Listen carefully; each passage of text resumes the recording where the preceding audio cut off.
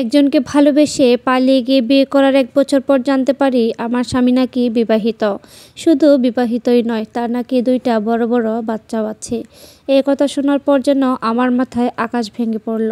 আজ থেকে ১ বছর আগে ভালোবেসে বিয়ে করেছিলাম তাকে। বাবা মার সম্মতে প্রথমে বিয়ে করলেও তারপর বাবা মা সবাই আমাদের সম্পর্কটা মেনে নেয়। এভাবে সংসার জীবনের ১টা বছর চলতে লাগলো।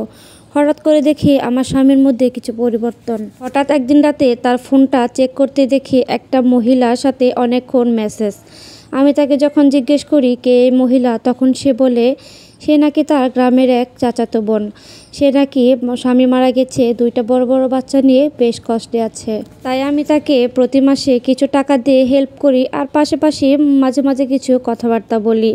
আমি কেন জানি আমি স্বামীর এই কথা বিশ্বাস করতে পারি না। পর হঠাৎ একদিন আমি আমার স্বামীর ফোন থেকে সেই মহিলার ফোনে ফোন করি। ফোন করে যা জানতে পারলাম তা শুনে আমার মাথার উপর যেন আকাশ ভেঙে পড়ল। হঠাৎ করে ফোন দিয়ে জানতে পারি তিনি নাকি তার স্বামী, তার নাকি প্রথম বউ, এবং শুধু তাই নয়, তার নাকি বড় বড় ২টা বাচ্চাও আছে। এই কথা শোনার পর আমি কি করব আসলে কিছুই বুঝতে পারছিলাম না। তারপর একটা পর্যায়ে আমার ফ্যামিলিকে সব কিছু জানাই। তারপর সে কখনোই আমাকে তার গ্রামের বাড়ি নিয়ে যায়নি। সে সবসময় আমাকে বলতো সে নাকি তার নানুর বাড়ি বড় হয়েছে। একটা দিন তার নানুর বাড়িতে আমাকে সে বেড়াতে নিয়ে গেছিল, কিন্তু তার যার একটা বাড়ি আছে সেখানে তার বউ, বাচ্চা এবং মা থাকে, সেখানে সে কখনোই নিয়ে যায়নি। তারপর ঠিকানা নিয়ে বাবা মা সবাইকে নিয়ে তার প্রথম বউ সবাই সেখানে বৈঠক বসে। সেখানে কথা হয় সে কাকে রাখবে, কে থাকবে। আমি তখন বলি সে প্রথম বউকে ডিভোর্স দিলে আমি তার সাথে সংসার করব।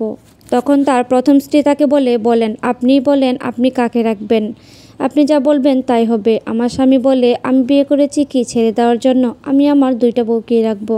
এদিকে বাবা মা সবাই বলে বিয়ে দিয়েছি যেহেতু, পালিয়ে যেহেতু বিয়ে করেছিস, সংসার করতেই হবে, নইলে মান সম্মানের একটা বিষয় আছে, মানিয়ে গুছিয়ে সবাই তোরা ২জন মিলে সংসারটা কর।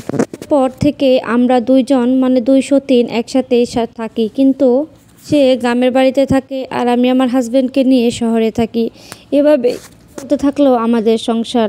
২ বউ নিয়ে, বাচ্চা নিয়ে এভাবেই দিনের পর দিন সংসার করতে লাগলাম।